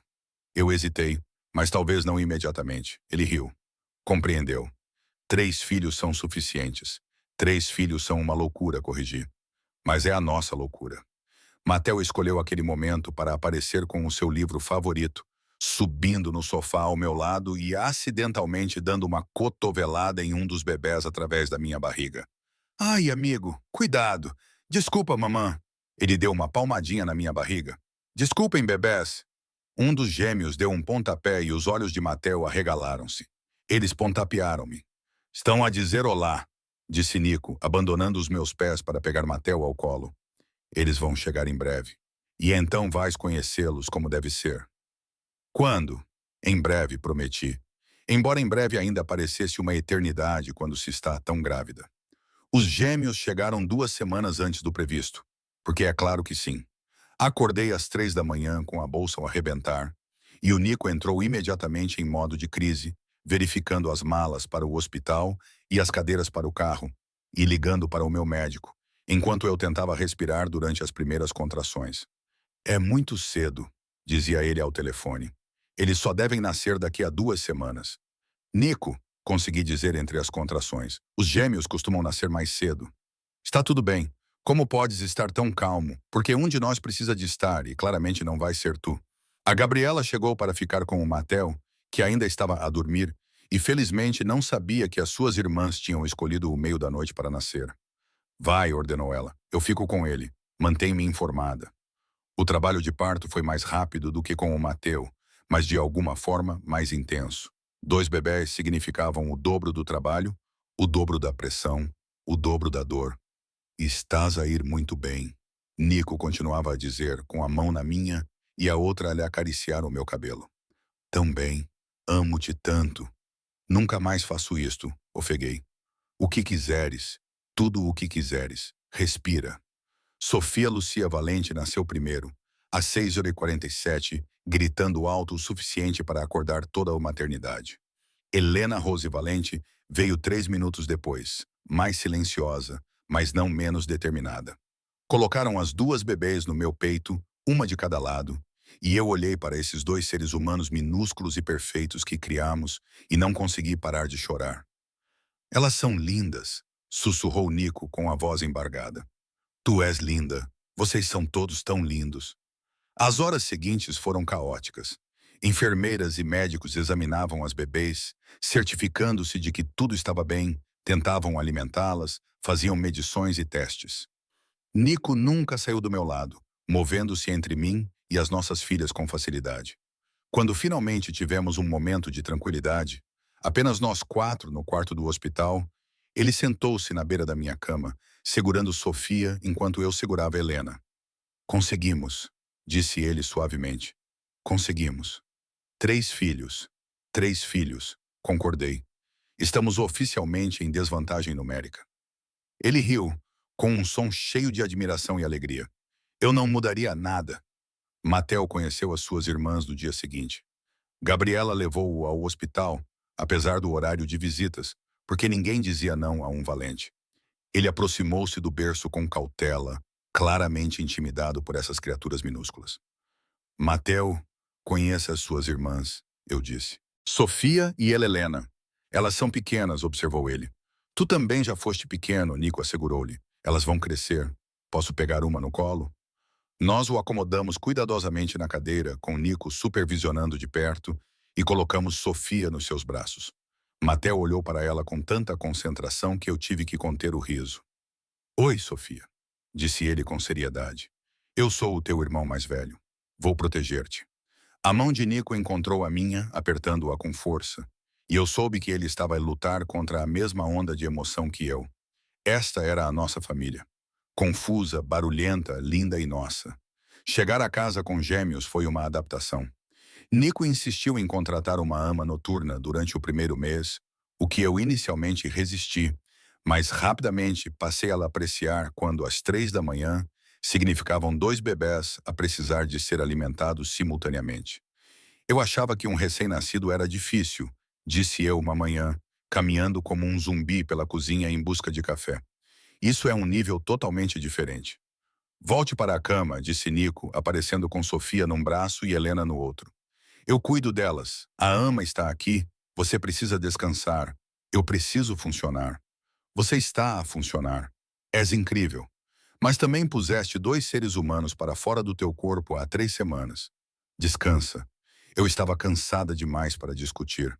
Voltei para a cama e dormi por 4 horas seguidas, acordando para encontrar Nico ainda cuidando das duas bebês, enquanto Matel brincava por perto, ajudando a trazer fraldas e conversando com as irmãs.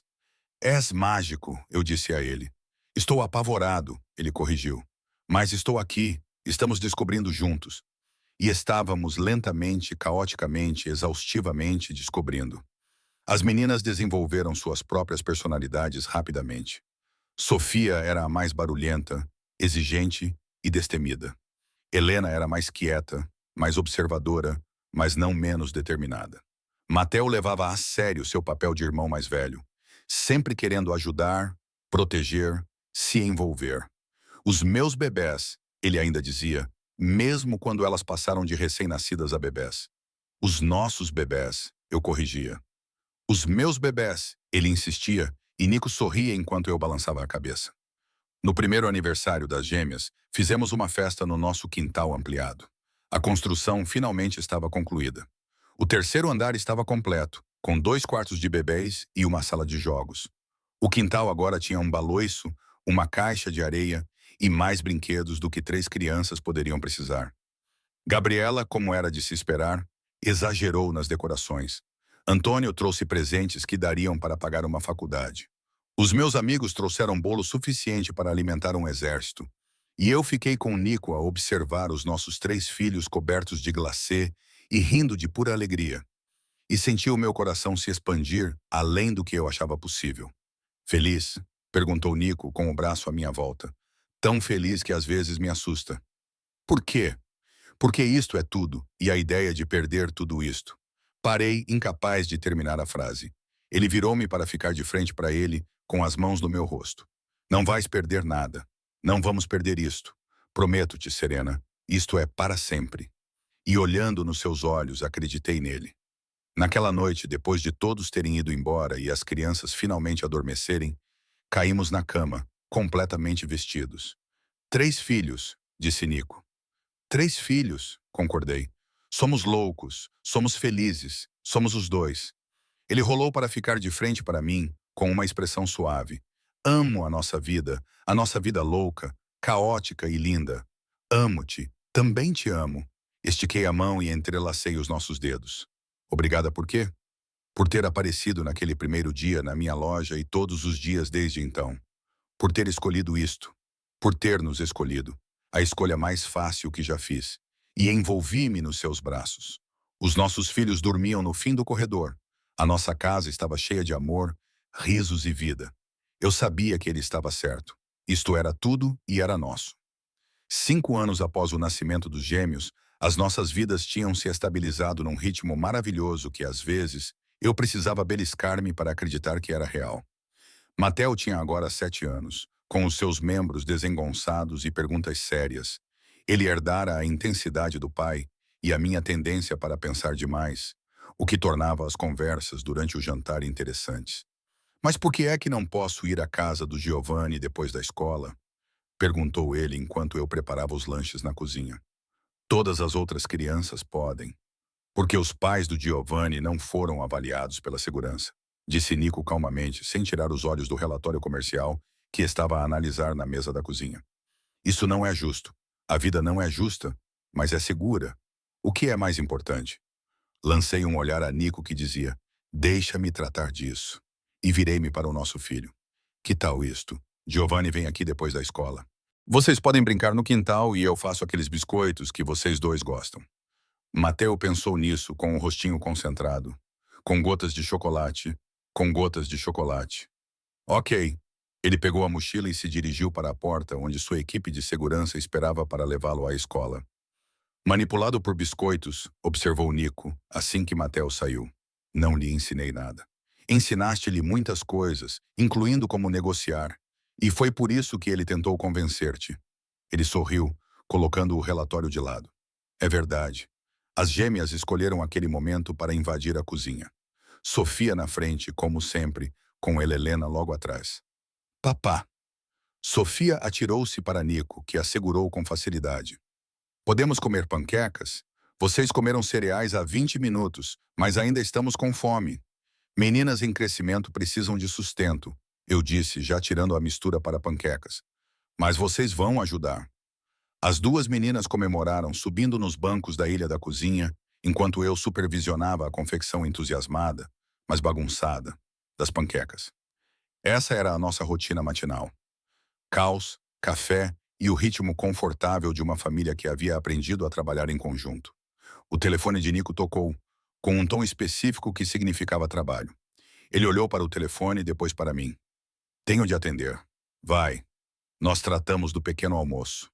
Ele beijou a cabeça de cada uma das meninas, depois a minha, antes de desaparecer no seu escritório. O papai está ocupado? Perguntou Helena, com uma voz mais suave do que a das gêmeas. Ele está a trabalhar, querida, mas voltará em breve. O negócio tinha crescido ao longo dos anos, expandindo-se para empreendimentos mais legítimos, ao mesmo tempo que se desligava cuidadosamente dos aspectos mais obscuros. Nico tinha assumido como missão construir algo de que os seus filhos se pudessem orgulhar, algo que não voltasse para assombrá-los. Quero que eles tenham escolhas que eu nunca tive, ele disse-me uma vez. Quero que eles escolham esta vida porque a amam, não porque estão presos nela. Quando ele saiu do escritório, as gêmeas estavam cobertas de farinha e a cozinha parecia uma zona de desastre. Mas havia panquecas. Sucesso? Perguntei, entregando-lhe um prato. Sempre. Ele aceitou um abraço pegajoso de Sofia e Helena antes de elas saírem a correr para brincar. O Giovanni foi tratado. Congelei no meio da limpeza. Tratado? Não assim. Ele revirou os olhos para a minha expressão. Mandei verificar o negócio do pai dele. Ele gere uma empresa de contabilidade legítima, sem ligações, sem problemas. O Matel pode ir lá depois de eu conhecer a família. Vais intimidá-los, não é? Provavelmente. Mas a segurança do nosso filho vem em primeiro lugar. Era esse equilíbrio que definia a nossa vida agora. A navegação cuidadosa entre o normal e a realidade de quem éramos. O que o nome de Nico significava nesta cidade. Por falar nisso, disse Nico, terminando a sua panqueca. Preciso de falar contigo sobre uma coisa. O tom sério fez-me pousar o pano de prato. Ok, o Antônio quer reformar-se completamente desta vez. Mudar-se para a vila na Sicília. Isso é bom, certo? Ele fala nisso há anos. Significa que vou assumir tudo, não apenas as operações do dia a dia, mas toda a organização. Ele olhou nos meus olhos. Queria ter a certeza de que estás de acordo com isso antes de me comprometer. Pensei no homem com quem me casei, o pai dos meus filhos. A pessoa que provou repetidamente que conseguia lidar com o poder sem ser corrompido por ele. Estás de acordo com isso? Perguntei. Estou. Acho que finalmente descobri como fazer isto, tudo isto, sem comprometer o que é importante. Ele puxou-me para perto, mas só se estiveres de acordo. Eu concordo. Sempre concordei. A transição aconteceu nos meses seguintes. Antônio se aposentou formalmente, mudando-se para a Sicília com pompa e celebração. Nico assumiu completamente o cargo, trazendo consigo mudanças que modernizaram, mas respeitaram a tradição. Ele é bom nisso, observou Gabriela durante um dos nossos encontros semanais para tomar café. Melhor do que o papai em alguns aspectos, menos preso aos velhos costumes. Ele está a tentar construir algo diferente e está a ter sucesso. Ela mexeu o café pensativamente. Sabes, quando ele cancelou aquele casamento há anos, metade da família achou que ele tinha enlouquecido. Agora todos veem que foi a melhor decisão que ele já tomou. Só metade achou que ele era louco, provoquei. A outra metade estava ocupada demais em pânico com a situação dos russos. Ela sorriu. Mas deu certo. Tudo deu certo. E deu. A família Russo acabou por aceitar, especialmente depois de a sua própria liderança ter mudado de mãos. A nova geração queria paz, queria negócios legítimos, queria superar os velhos rancores. É como se o mundo inteiro estivesse a amadurecer, eu disse ao Nico depois de uma negociação particularmente bem-sucedida. Estamos todos apenas a tentar deixar aos nossos filhos algo melhor do que aquilo que tivemos. Ele respondeu. A loja também estava a prosperar. Expandi para 3 locais, contratando gerentes em quem confiava, mantendo o controle prático sobre a loja original. Era o meu refúgio, a minha válvula de escape criativa, a coisa que era completamente minha. Embora tecnicamente Nico gostasse de salientar. Sou o teu melhor cliente porque compras flores constantemente. Porque a minha esposa faz os arranjos mais bonitos da cidade e eu gosto de os exibir. Ele ainda comprava rosas. Em cada aniversário, ele aparecia com o mesmo pedido. Rosas vermelhas para esta noite. Só esta noite. Era a nossa tradição, uma lembrança de onde começamos. No nosso quinto aniversário de casamento, ele surpreendeu-me com uma viagem. Só nós os dois, disse ele. 4 dias na Toscana. As crianças vão ficar com a Gabriela. 4 dias sem as crianças. Eu estava entusiasmada e ansiosa. Nunca tínhamos ficado tanto tempo longe delas.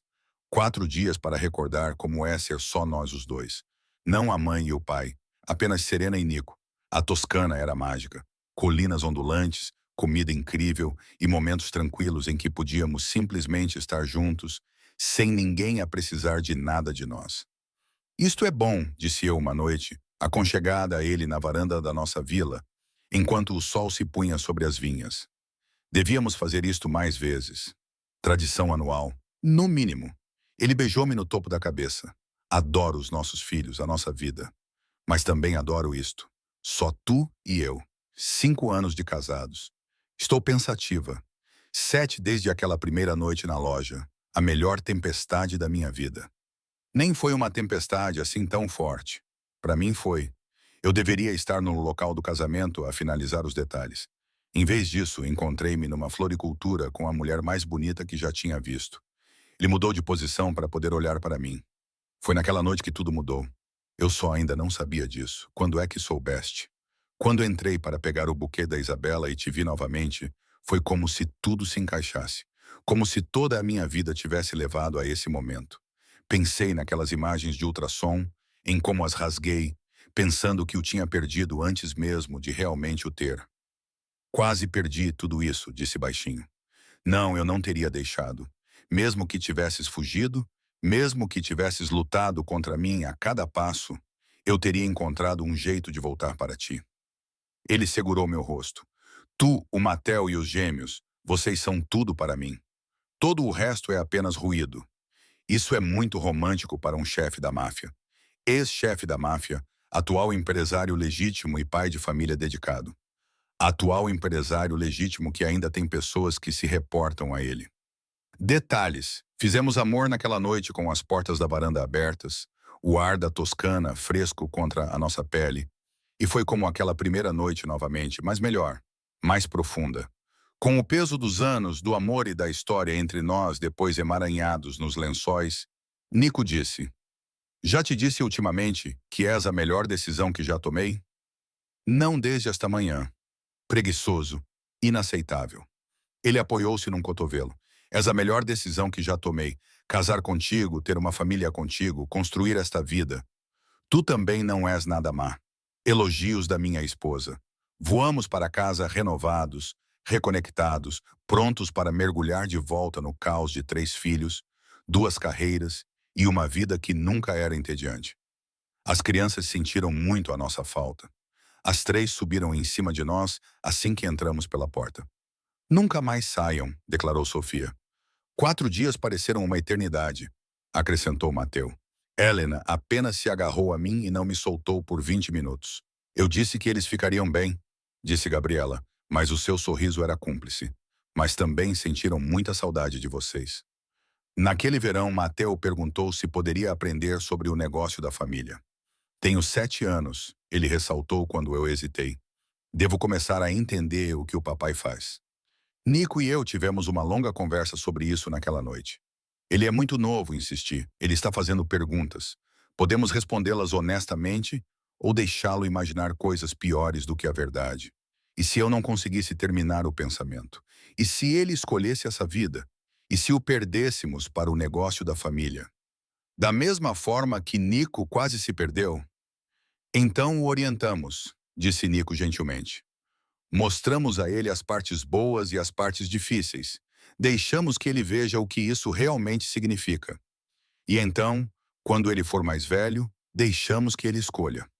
Então Matel começou a passar as manhãs de sábado no escritório de Nico. Nada perigoso, nada impróprio, apenas arquivar, organizar e aprender como um negócio legítimo funcionava. É chato, relatou ele após a primeira semana. A maioria dos negócios é chata, respondeu Nico. As partes emocionantes são as que as pessoas lembram, mas 90% é papelada e reuniões. Isso parece terrível. Pode ser, mas também é construir algo, criar oportunidades, cuidar das pessoas que trabalham para você. Eu observei Mateo absorver isso. Observei-o começar a entender o peso da responsabilidade que vinha com o nome Valente. Ele estava a crescer, todos eles estavam. As gêmeas começaram o jardim de infância naquele outono, ambas na mesma turma, apesar do meu plano inicial de separá-las. Elas precisam uma da outra, aconselhou o orientador escolar. Separar gêmeas pode ser traumático. Deixe-as ficarem juntas. Então, Sofia e Helena passaram pelo jardim de infância como uma unidade. Sofia fazia amizades para as duas, enquanto Helena observava silenciosamente e depois fazia comentários ponderados. Elas são como duas metades de uma pessoa, observou Gabriela. Sofia é o coração. Helena é a cabeça. Ambas são inteiramente elas mesmas. Eu corrigi. Elas apenas expressam isso de maneiras diferentes. 8 anos depois daquela primeira noite, numa tranquila terça-feira à noite, encontrei Nico em seu escritório olhando para algo em sua mesa. O que é isso? Perguntei. Ele ergueu a foto da ecografia das gêmeas, a que foi tirada na consulta das 6 semanas, quando descobrimos que eram duas. Eu pensava em como chegamos até ali. Todos os pequenos momentos que levaram a essa vida. Fui até ele e o abracei por trás, envolvendo os seus ombros com os meus braços. Algum arrependimento? Nenhum único. E tu? Nenhum. Ele puxou-me para sentar no seu colo, ainda com a foto na mão. Obrigada. Por quê? Por teres apostado em mim, por me teres deixado provar o meu valor, por teres construído esta vida incrível comigo. Ele pousou a foto com cuidado. Por me amares, mesmo quando não facilitei as coisas. Facilitaste mais do que pensas. Estiveste presente todos os dias. Estiveste presente. Era tudo o que eu precisava. Sentamo-nos ali num silêncio confortável, com a casa tranquila à nossa volta. O Mateo a fazer os trabalhos de casa lá em cima. Os gêmeos a brincar nos quartos deles. A nossa família, a nossa vida. Devíamos ter outro, disse o Nico de repente. Afastei-me para olhar para ele. Estás louco? Temos 3 filhos. 3 filhos ocupados, exigentes e maravilhosos. Eu sei, mas estava a pensar que não. Agora estava a rir. Não há mais bebês. 3 é perfeito. A nossa família é perfeita exatamente como está. Ele estudou o meu rosto por um longo momento, depois sorriu. Ok, 3 filhos, uma esposa incrível, uma vida linda, caótica e perfeita. Isso também funciona. Mais tarde, naquela noite, depois que as crianças foram para a cama e nós estávamos nos preparando para dormir, Nico tirou uma pequena caixa da sua mesinha de cabeceira. O que é isso? Abra. Dentro havia um pingente dourado, delicado e incrustado em resina. No centro estavam aqueles pedaços originais da ecografia que eu tinha rasgado há quase 9 anos. Os que ele tinha guardado e me dado no nosso casamento. Nico, mandei fazer um colar para que pudesses levá-los contigo.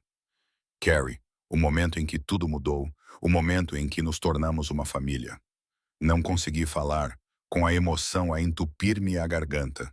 Ele tirou o colar da caixa e prendeu-o no meu pescoço. Perfeito, murmurou ele. Toquei o pingente, sentindo a história que ele representava. Uma noite, uma tempestade, uma escolha que levou a tudo. Eu amo-te, sussurrei. Eu também te amo, para sempre. E ali no nosso quarto, na casa que construímos, rodeados pela vida que criamos, eu sabia que ele estava a falar a sério. Isso era para sempre. Isso era tudo. Isso era nosso.